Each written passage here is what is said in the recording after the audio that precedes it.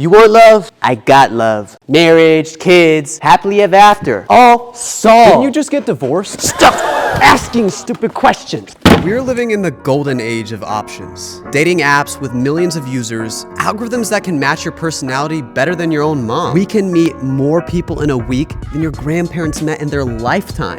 We must have dating solved. So why are we the loneliest generation in history?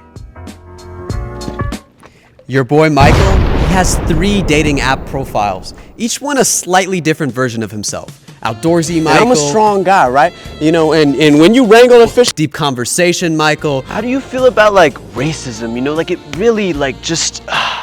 I'm just a silly goofball, Michael. I always wear this on first dates. He's not looking for a person. He's selling a product while using infinite choice to avoid being any one real thing. And Sarah, she went on 3 great dates with that guy from the coffee shop. They laughed, they kissed. It was amazing. But it's been a week and she still hasn't texted him back. I gotta keep my options open. What options? The 200 other profiles that you'll never message? She's choosing fantasy over a real person in front of her. And me, I've been single for 2 years. And in that time, I've let some truly amazing people just slip from my fingertips. Not because they weren't great, but because my fear would whisper, "You're not out the oven yet. You could do better. Don't settle." I had all this freedom. And what did I choose? Nothing. It's not just me. It's not just the apps. We've built a cultural equation of rejection avoidance. And once you see the steps, you can't unsee them. Modern dating is love with a 10-foot pole. We're trying to get you up here, man. We're trying to get you exponentially. Follow these 10 steps and still end up alone? Perfect. The app failed you. The algorithm failed you. You get to be the pristine customer with squeaky clean butt cheeks, filing And consumer look, I was complaints. promised love, okay? LOVE. The real product, never having to stare into the abyss and ask, was it me? Of course it wasn't. You followed the rules. Your heart remains spotless. Because we all choose to avoid vulnerability when we're scared. Take Jake. Jake writes angry, heartfelt slam poetry about his dad every Tuesday. It's the most real thing about him, but he'll never mention it Fuck you, because Dad. slam poetry doesn't fit his adventurous but stable brand. And Amelia, who would melt for that type of shy intensity, never gets to meet a guy that she would actually love. Another generic outdoorsy dude. We spent so much time running away from the terror of being known, we've become too boring to love. This formula doesn't promise love. It promises a way to search without ever risking a real no. So what now? Find a better teacher, a better formula, a better textbook? No.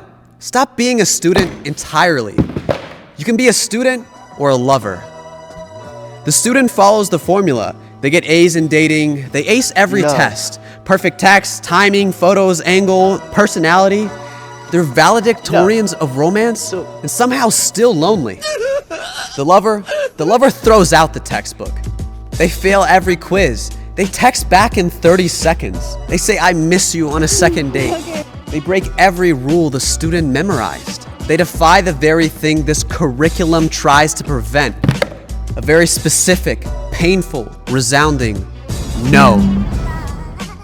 Modern dating sells you a grading system. Follow the rules, do the homework, be a good student of love. Oh, A+. And you'll graduate to student. happiness. Ladies and gentlemen.